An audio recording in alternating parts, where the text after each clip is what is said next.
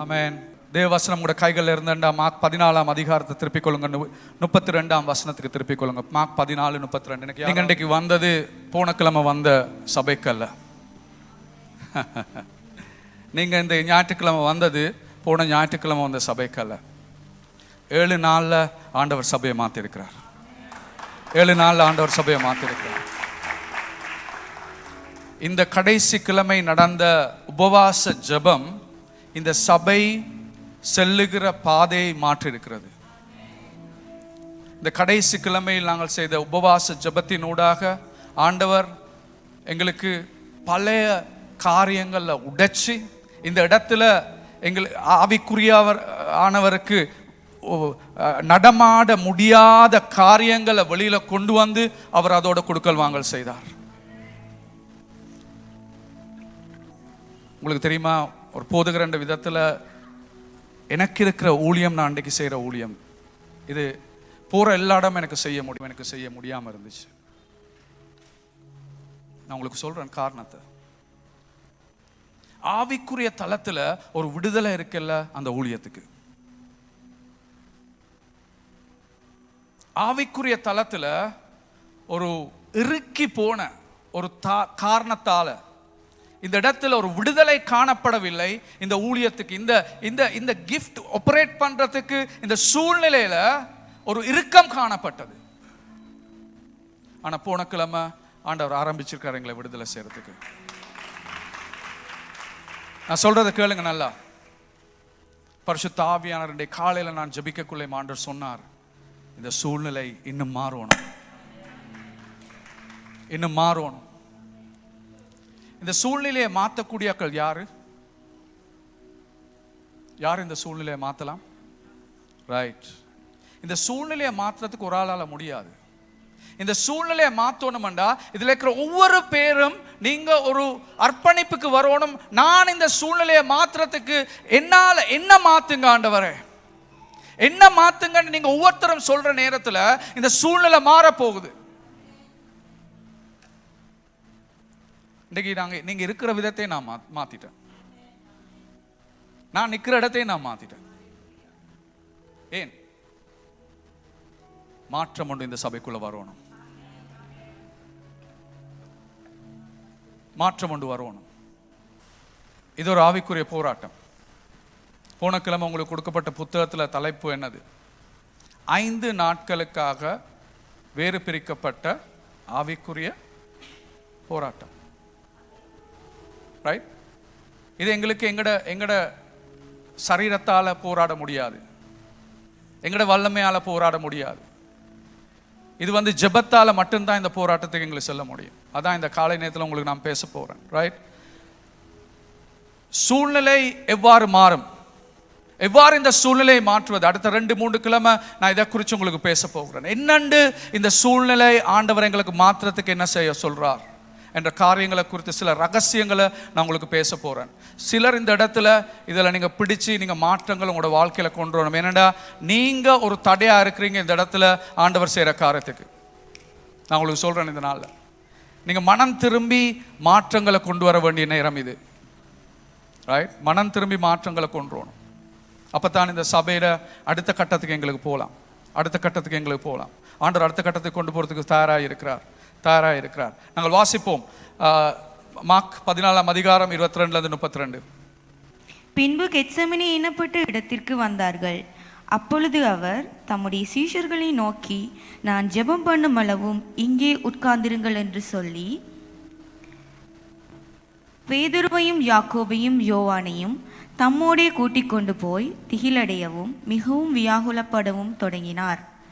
அப்பொழுது அவர், என் ஆத்துமா மரணத்துக்கு ஏதுவான துக்கம் கொண்டிருக்கிறது, நீங்கள் இங்கே தங்கி விழித்திருங்கள் என்று சொல்லி சற்று அப்புறம் போய் தரையிலே விழுந்து, அந்த வேளை தம்மை விட்டு நீங்கி போக கூடுமானால் அது நீங்க வேண்டுமென்று வேண்டிக் கொண்டு, அப்பா பிதாவே, எல்லாம் உம்மாலே கூடும், இந்த பாத்திரத்தை என்னிடத்திலிருந்து எடுத்து போடும், ஆகிலும் என் சித்தத்தின் படியல்ல உம்முடைய சித்தத்தின் படியே ஆக கடவுது என்றார்.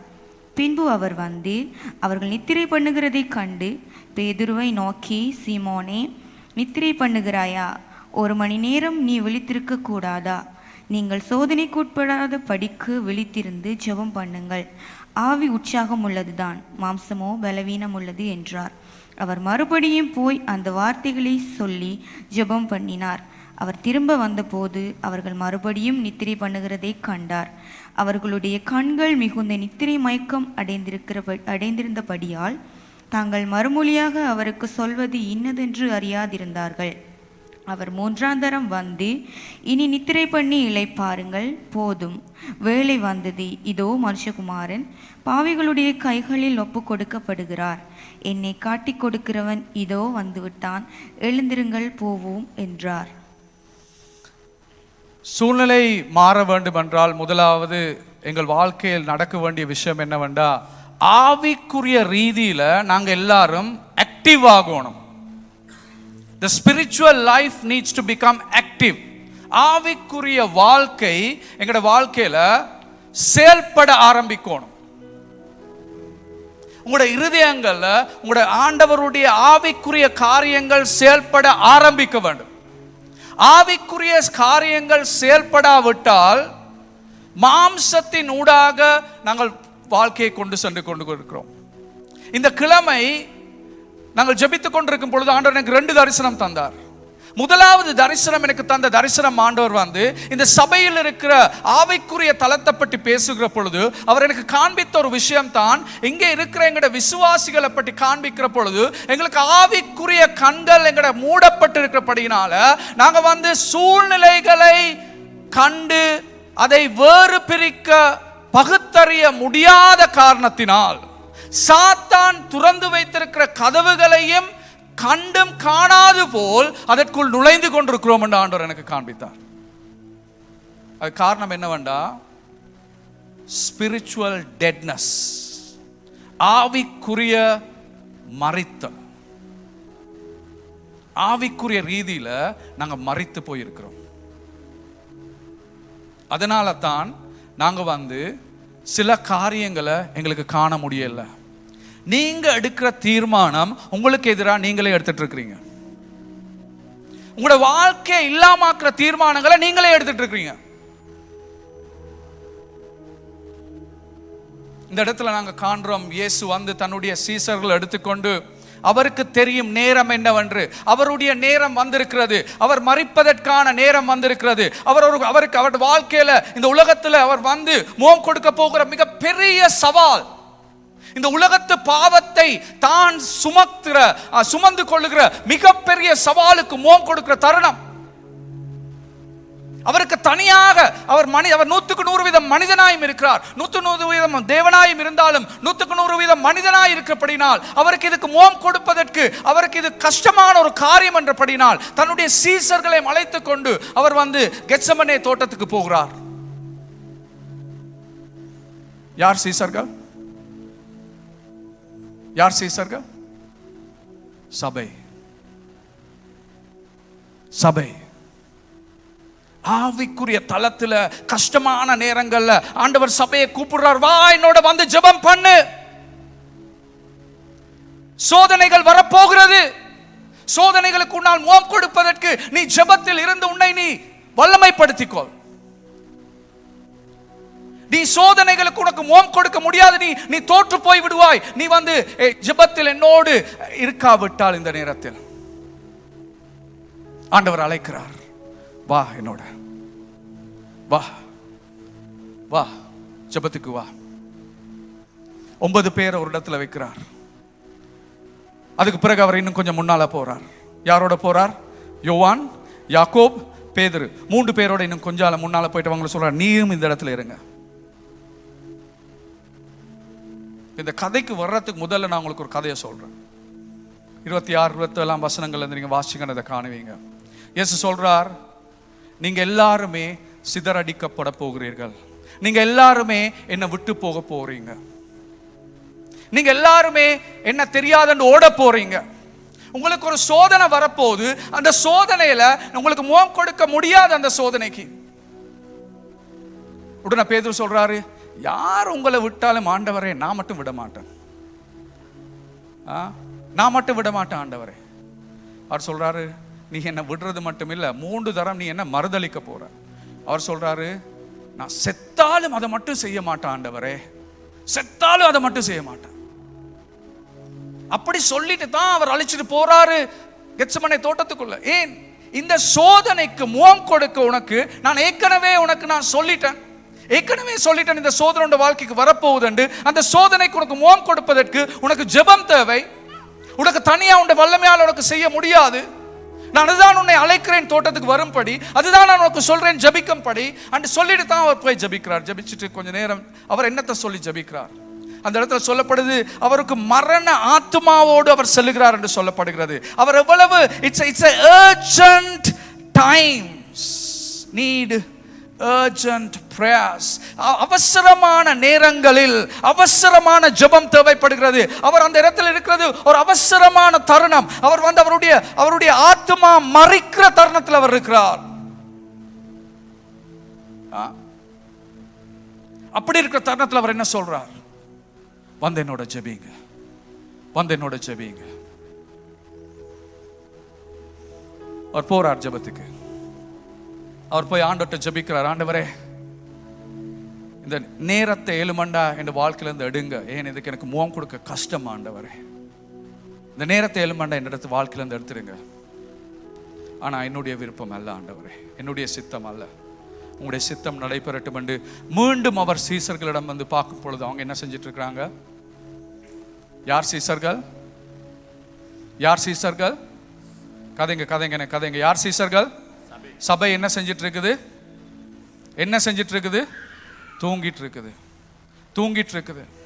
அவர் வந்து எழுப்பி சொல்றாரு, எலும்பு எலும்பு எலும்பு எழுப்பிட்டு என்ன சொன்னாரு? என்ன சொன்னாரு? போடுங்க அந்த வார்த்தை. என்ன சொல்றாரு? அதுல என்ன சொல்றாரு? முக்கியமான ஒரு வார்த்தை. சோதனைக்குள் உட்படாத படிக்கு விழித்திருந்து ஜெபி. என்ன சொல்லுதல்ல? நீங்கள் சோதனைக்குட்படாத படிக்கு விழித்திருந்து ஜெபம் பண்ணுங்கள். ஆவியில உங்களுக்கு ஆசை இருக்குது, ஆனா உங்களோட சரீரமோ, இதானே எங்களுக்கு எல்லாருக்கும் இருக்கிற பிரச்சனை. ஆவியில ஆசை இருக்குத்தானே, ஆத்மால ஆசை இருக்குத்தானே ஜெபிக்கணும் எல்லாருக்கும். எல்லாருக்கும் தெரியும் தானே, ஜெபிச்சா தான் ஆண்டவர்கிட்ட இருந்து எங்களுக்கு சில காரியங்களுக்கு முகம் கொடுக்கணும் எல்லாருக்கும் தெரியும் தானே. ஆனா என்ன எங்களுக்கு ஜெபிக்க முடியாத காரணம் என்னது? எங்களுடைய சரீரம் பலவீனம். எங்களுடைய சரீரம் பலவீனமாய் இருக்கிறது, மாம்சமோ பலவீனமாய் இருக்கிறது, மாம்சமோ பலவீனமாய் இருக்கிறது.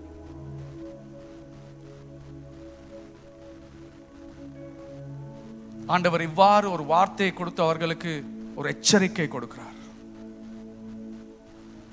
நான் உங்களுக்கு ஏற்கனவே சொல்லிட்டேன், நீங்க சோதனைக்கு முகம் கொடுக்க போறீங்க. ஆனா சோதனைக்கு முகம் கொடுக்கிற பொழுது நீங்க என்ன விட்டு ஓட போறீங்கன்னு நான் ஏற்கனவே சொல்லிட்டேன். நான் உங்களுக்கு சொல்றேன் ஜெபிக்க சொல்லி. அதுல கேட்கிறாரு, ஒரு மணித்தியாலமாவதாவது உனக்கு என்னோடு விழித்திருக்க முடியவில்லையா? ஒரு மணித்தியாலமாவது. இதை வந்து நான் சொல்றேன், நல்லா கேட்டுக்கொள்ளுங்க. இது வந்து உங்களுக்கு கில்ட் ட்ரிப், அதாவது குற்ற உணர்வுல ஒரு பயணத்தை கொண்டு போறதுக்கு நான் இதை சொல்ல இல்லை. அது அப்படி நினைக்க வேணாம். இது வந்து நான் ஒரு மணித்தியாலம் இன்னும் ஜெபிக்கிறேன் இல்லையே, அது நான் ஒரு பாவி, அது இல்லை இதில் இருக்கிற விஷயம். அது இல்லை இதில் இருக்கிற விஷயம். நல்லா கேட்டுக்கொள்ளுங்க. ஜெபம்ன்றது வந்து நேரம், எவ்வளவு நேரம் நீங்க ஜெபிக்கிறதோ, எப்படி நீங்க ஜெபிக்கிறதோ அது இல்லை முக்கியம். இதுல இருக்கிற முக்கியமான விஷயம் என்னன்னா, என்னுடைய சூழ்நிலையை அறிந்து கொண்டு என்னால் இதுக்கு முகம் கொடுக்க முடியாது, எனக்கு ஆண்டவரே நீங்க தேவை என்ற அந்த மனப்பான்மை, அதான் இது. அதான் ஜெபம் என்று சொல்றேன், வேற ஒன்றும் இல்லை. நான் இடத்துக்கு வந்து சொல்ல, ஆண்டவரே எனக்கு இதுக்கு முகம் கொடுக்க இயலாத, ஆண்டவரே எனக்கு இதுக்கு முகம் கொடுக்க இயலாது. நான் உங்களோட பாதத்தில் வந்து இருக்கிறதுக்கு காரணம் என்னண்டா, எனக்கு இதுக்கு பதில் இல்லை, என்னால் ஒன்றுமே செய்ய முடியாது. நான் வந்து ஆண்டவரே எனக்கு தேவையான பக்குவம் எனக்கு இல்லை, எனக்கு தேவையான ஞானம் இல்லை, எனக்கு தேவையான வரங்கள் எனக்கு இல்லை, எனக்கு தேவையான சொத்துகள் இல்லை. ஆண்டவரே நான் உங்களோட பாதத்தில் இருக்கிறேன், நீங்க தான் எனக்கு பதில் சொல்லணும், நீங்கள் தான் எனக்கு பதில் சொல்லணும். இதுதான் அந்த ஜெபம். 2வது தரமும் போய் ஆண்டவர் அதே காரியத்துக்காக ஜெபிக்கிறார் என்று வார்த்தை சொல்லுகிறது. அவர் ஜெபிக்கிறார் என்னது? தன்னை தயார்படுத்தி கொள்றாரு, அந்த மணித்தியாலத்துக்கு முகம் கொடுக்கிறதுக்கு தன்னை ஆயத்தப்படுத்திட்டு இருக்கிறார். சீசர்கள் என்ன செய்யறாங்க? 2ஆம் தடவையும் அவர் ஜெபித்து திரும்பி வந்து பார்க்கக்குள்ள என்ன செஞ்சிட்டு இருக்கிறாங்க? சபை என்ன செஞ்சிட்டு இருக்குது? சபை என்ன செஞ்சிட்டு இருக்குது? சொல்லுங்க, வாயை திறந்து சொல்லுங்க, பயப்படாம சொல்லுங்க. தூங்கிட்டு இருக்குது. 2ஆம் தடவையும் சபை தூங்கிட்டு தான் இருக்குது. சபை தூங்கிட்டு இருக்குது. ஆவிக்குரிய ரீதியில சபைக்கு விளங்குது இல்ல, என்ன நடக்குது, என்ன மாதிரியான மாற்றங்கள் நடந்து கொண்டிருக்கிறது. ஆவிக்குரிய தளத்தின் மாற்றங்களை காண முடியாமல், வாழ்க்கையில் உங்களோட வாழ்க்கையில் இருக்கிற சவால்களின் தளங்களை காண முடியாமல், இது ஒரு சாதாரண வாழ்க்கை, இந்த உலகத்துல வாழ்ந்தா பிரச்சனை வந்தத்தான் போகுது, நான் பிறந்ததும் ஏழையாத்தான், நான் வாழ்றதும் ஏழையாத்தான், நான் சாகிறதும் ஏழையாத்தாண்டு சிலவங்க பலத்தோட சொல்லுவாங்க. சூழ்நிலையை கண்டு கண்டு கண்டு கண்டு எரும மாட்டுக்கு மேல மழை பெய்யறது போல இதுதான் என்ற வாழ்க்கை என்று வந்தாச்சு.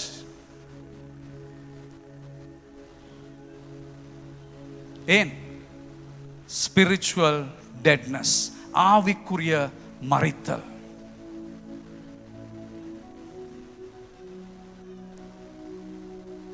மூன்றாம் தரமும் ஆண்டவர் வர்றார்.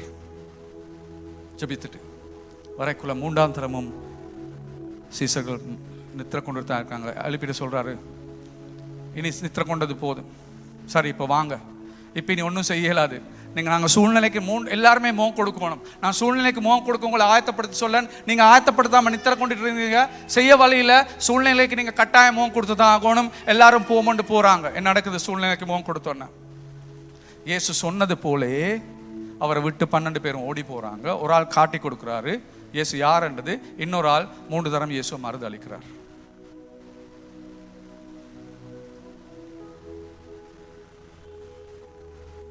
அதுக்கு பிறகு அவங்க எல்லாம் என்ன செய்யறாங்க? 12 சீசர்களும் என்ன செஞ்சாங்க? இது பிடிச்ச பிறகு இயேசு சொன்னது போல சிதறி போயிட்டாங்க. சபை இன்றைக்கு என்ன நடந்திருக்குது? சிதறி போயிருக்குது.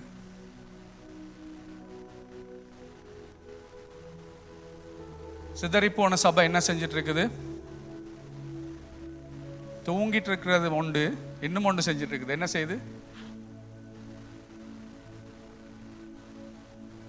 முன்னுமுறுத்து கொண்டிருக்குது, குற்றங்களை காட்டி கொண்டிருக்குது. யார்டப்புல? இந்த சபையில பரிசுத்த ஆவி இல்லை, இந்த சபையில ஆண்டவர் செயல்படல, இந்த சபையில அது இல்லை, இந்த சபையில இது இல்லை, இந்த சபையில அது இல்லை. ஒவ்வொரு இடத்துல போய் கதைச்சு கதைச்சு கதைச்சு கதைச்சு கதைச்சு கதைச்சு என்ன செய்றீங்க? நீங்க என்ன செய்றீங்க? கதைக்கிறதால என்ன செய்றீங்க? நீங்க உங்களையே இல்லாம ஆக்கிட்டு இருக்கிறீங்க. கதைக்கிற ஆக்கள் ஆவிக்குரிய வாழ்க்கை கம்ப்ளீட் டெட். அப்படி கதைக்கிற ஆக்களோட பரிசுத்த ஆவியண்டா பேர் மட்டும் தான் அவங்களோட வாயில. அதை கேட்டுட்டு இருக்கிறவங்களும் ஒவ்வொரு நாளும் செத்துட்டு இருக்கிறாங்க. முன்னுமுறுக்கிற ஆவிதான் ஆண்டவருடைய அபிஷேகத்தை இல்லாமாக்குற ஆவி. உங்களுக்கு நினைவு இருக்குதா?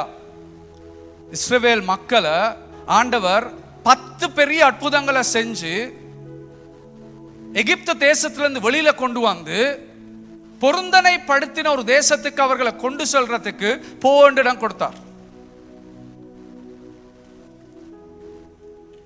போனாங்களா எல்லாரும்? போனாங்களா எல்லாரும்? பைபிள் வாசிக்கிறார்கள். போனாங்களா எல்லாரும்? 2 மில்லியன் ஆக்கள் போனாங்களா எல்லாரும்? ஏன் போகல? ஆண்டவருக்கு பொறுக்க முடியல. அவர் பொறுக்க முடியல. ஒரு நேரத்தில் சொல்லிட்டாரு, இந்த பரம்பரை போவாது. முணுமுறுத்து முணுமுறுத்து முணுமுறுத்து முணுமுறுத்து முணுமுறுத்து செய்யாத நடக்காத விஷயங்களை சொல்லி சொல்லி சொல்லி சொல்லி சொல்லி சொல்லி ஆண்டவருக்கே வெறுத்து போய் சொல்றாரு, இந்த பரம்பரை மட்டும் நான் பொருத்தனை செய்த தேசத்துக்கு கொண்டு போகிற தேவையில்லை, நான் அடுத்த பரம்பரையை கொண்டு போறேன். அடுத்த பரம்பரை நான் சொல்றது கேளுங்க. அந்த ஆவி இப்போ உங்களுக்குள்ளேயும் புகுந்துட்டுது. இந்த சபையில நான் காண்றேன், அடுத்த பரம்பரையும் இப்ப முன்முறுக்க தொடங்கிட்டு இருக்குது. நான் சொல்றது நல்லா கேளுங்க, இது நிப்பாட்டப்பட வேண்டும். முணுமுறுத்தல் நிப்பாட்டப்படவில்லாவிட்டால், குற்றம் சொல்லுகிற ஆத்துமாக்கள் நிப்பாட்டப்படாவிட்டால், இந்த சபையோட அந்த சூழ்நிலை மாறம் அது ஒரு தடையாக காணப்பட போகிறது. ஆண்டவர் ஆயத்தமாக இருக்கிறார் இந்த இடத்தில் செயல்படுவதற்கு. ஆனால் அவள் செயற்படுவதற்கான சூழ்நிலையை உருவாக்குவது எங்களுடைய கடமை. எங்களுடைய கடமை. இல்ல சிலர் இருக்கிறீங்க, எனக்கு உங்களை ஆண்டவருடைய காலையில காட்டினார் யாருன்னு இந்த முணுமுணுக்கிற ஆக்களை. நீங்க இங்க இருக்கிறீங்க, நான் உங்களுக்கு சொல்றேன், ஆண்டோட கிருபை உங்களுக்கு போதும்.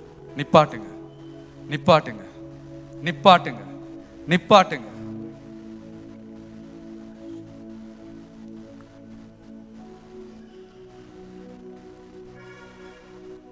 நேரம் வந்திருக்குது.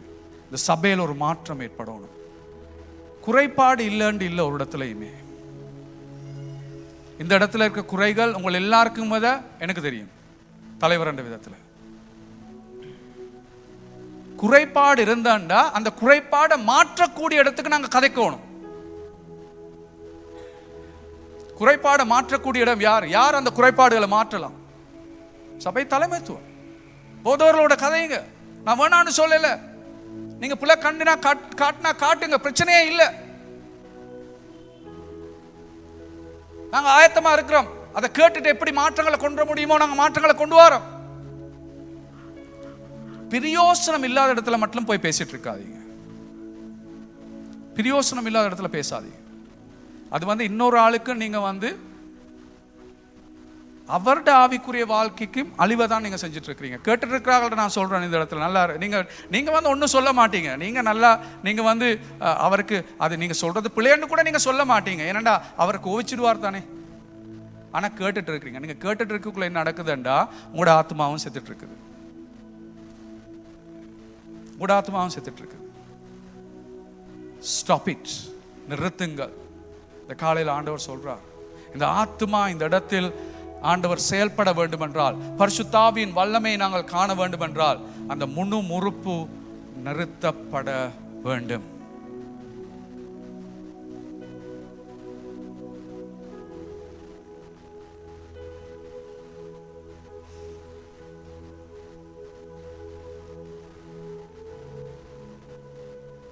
நித்திர கொண்டு கொண்டிருக்கிற சபைக்கு ஆண்டவர் என்ன சொல்றார்?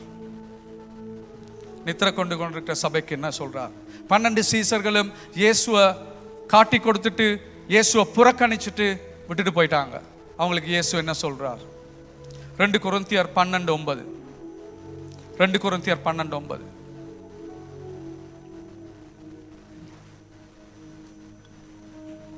அதற்கு அவர், என் கிருபை உனக்கு போதும், பலவீனத்திலே என் பலம் பூரணமாய் விளங்கும் என்றார்.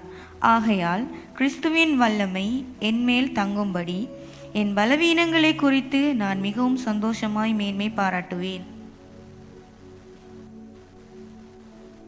பலவீனங்களை ஏற்றுக்கொண்டு தாழ்மை அடையக்கூடிய ஒரு இருதயம் உங்களுக்கு இருந்தா, ஆம் ஆண்டவரே நான் இதை செய்தேன், என்னை மன்னித்திடுங்க என்று பலவீனத்தை ஏற்றுக்கொண்டு தாழ்மை. சிலாக்களுக்கு தாழ்மை என்ற வார்த்தையின் அர்த்தமே தெரியாது. தாழ்மை, நடக்கக்குள்ளேயும் தாழ்மை இல்லை, தாழ்மை எங்களுக்குள் வர வேண்டும். முதல்ல தாழ்மை வரணும்.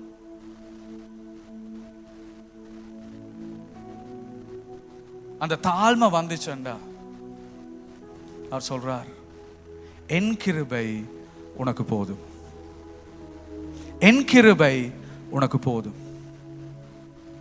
என் கிருபையின் ஊடாக, அந்த வார்த்தை வைங்க அப்படியே, என் கிருபை உனக்கு போதும். அது மாத்திரமல்ல, அதுல சொல்றார், என் பலன் பூரணமாய் விளங்கும் என்றார். என்னுடைய வல்லமை உன்னுடைய பலவீனத்தில் என் வல்லமையை காண்பாய். போன கிழமை நாங்க ஆண்டவர்கிட்ட சொன்ன விஷயம், ஆண்டவரே நாங்கள் பலவீனமாய் இருக்கிறோம் ஆண்டவரே, இது ஒரு பலவீனம் அடைந்த சபை ஆண்டவரே, நாங்கள் ஏற்றுக்கொள்கிறோம் ஆண்டவரே, ஆனால் உங்க கிருபை எங்களுக்கு போதுமாப்பா. உங்களோட கிருபை தான் எங்களோட வல்லமை. உங்களோட கிருபையால எங்களை எழுப்புங்க ஆண்டவரே, உங்களோட கிருபையால எங்களை மீண்டும் எழுப்புங்க. ஆண்டவர் ஆயத்தமாயிருக்கிறார் எங்களை மீண்டும் அவருடைய கிருபையினால் எழுப்புவதற்கு. ஆண்டவர் ஆயத்தமாயிருக்கிறார். அவருக்கு முடியும் இந்த சபையில் மாற்றத்தை கொண்டு வருவதற்கு. இந்த சபை இந்த இடத்துல நீங்க நல்லா விளங்கிக் கொள்ள வேண்டிய விஷயம் என்னன்னா, நீங்க இந்த இடத்துல இருக்கிறாக்களை மட்டும் கொடுத்ததல்ல. இந்த சபை இந்த நகரத்துக்கு, இந்த தேசத்துக்காக ஆண்டவர் உயர்த்திய ஒரு சபை. அவர் சில விஷயங்களை எனக்கு காண்பித்தார். நான் வருகிற காலங்களில் உங்களுக்கு அதை குறித்து பேசுகிறேன். எவ்வாறு இந்த சபை இந்த தேசத்தின் ஆசீர்வாதத்துக்காக என்றைக்கோ வேறு பிரிக்கப்பட்டு வைத்த ஒரு சபை. இந்த சபையை யாராலையும் நிப்பாட்ட முடியாது. யாராலையும் நிப்பாட்ட முடியாது. ஒன்றில் நாங்கள் சபையோட பயணத்தோட போவோம், இல்லாட்டி சபையை விட்டு போவோம். ரெண்டுல ஒன்று நடக்கும். ஆனா யாராலையும் இந்த சபையை நிப்பாட்ட முடியாது. இந்த சபை தரிசனத்துக்கு உங்களுக்கு ஒத்து போக முடியாட்டி என்னோட வந்து கதைங்க. நான் உங்களுக்கு சொல்றேன், அன்போட சொல்றேன், இன்னொரு சபையை தேடிட்டு போங்க, பிரச்சனையே இல்லை.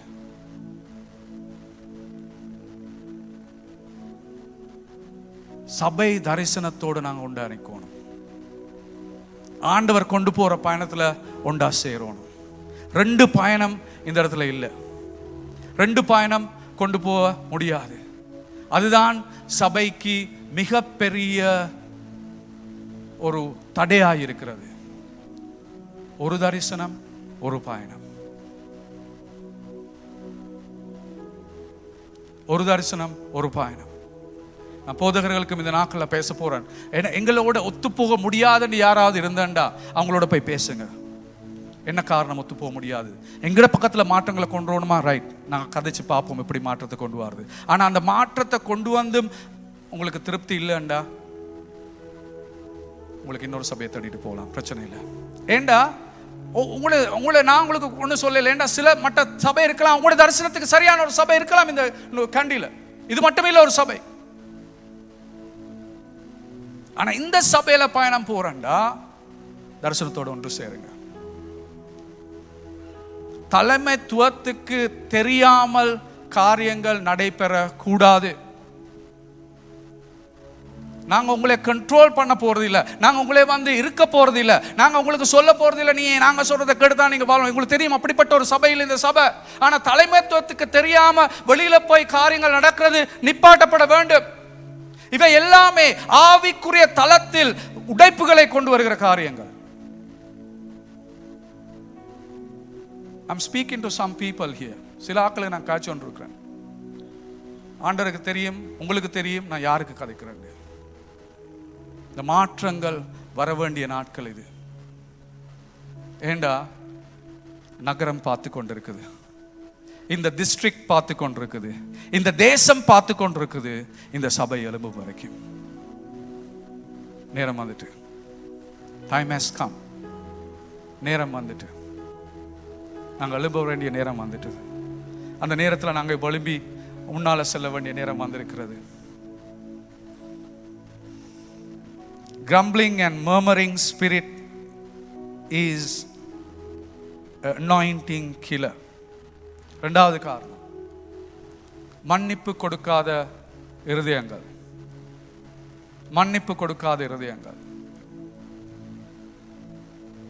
யாருக்காவது ஒரு பிரச்சனை நடந்த காரியத்துக்கு இன்னும் மன்னிப்பு கொடுக்க முடியாம தடுமாறி கொண்டிருந்தா ஆண்டவர்ட்ட கிருபை கேளுங்க மன்னிப்பு கொடுக்கறதுக்கு.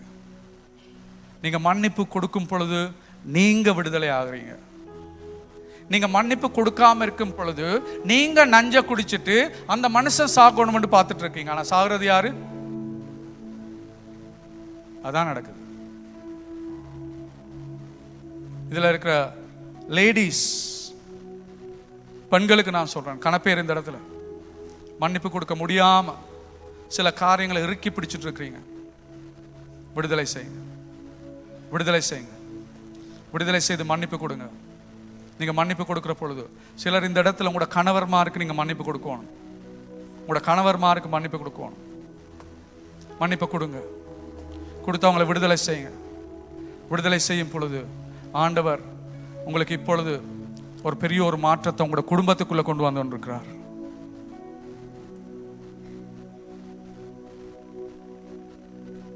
மன்னிப்பு மிக முக்கியம். ஏனென்றா இயேசு எங்களுக்கு சொல்றார், சிலுவையில் இருக்கக்குள்ள அவர் எங்களுக்கு சொன்ன காரியம் தான். அவர் வந்து இந்த தெரியாம எனக்கு எதிராக செயல்படுற, எனக்கு என்ன நான் யாரென்று தெரியாம என்ன கொள்ளுற இந்த நபர்களை பார்த்து அவர் சொல்லுகிறார், பிதாவே அவர்களை மன்னித்திடுங்க. தெரியாமல் செய்கிறாண்டு அவர் சொல்கிறாரு. ஆனால் எங்களுக்கு நாங்கள் பார்த்தாண்டா நல்லா தெரிஞ்சு போய் அடிச்சு கொண்டு போடுறாங்க ஒரு பிழையும் செய்யாத இயேசுவை. அப்படி இருந்து கூட அவர் சொல்கிறார், ஆண்டவரே அவங்க தெரியாத செய்கிற பாவத்துக்கு அவங்கள மன்னிச்சிடுங்க ஆண்டவரே. மன்னிப்பு விடுதலை செய்யுங்க இந்த காலை நேரத்தில்.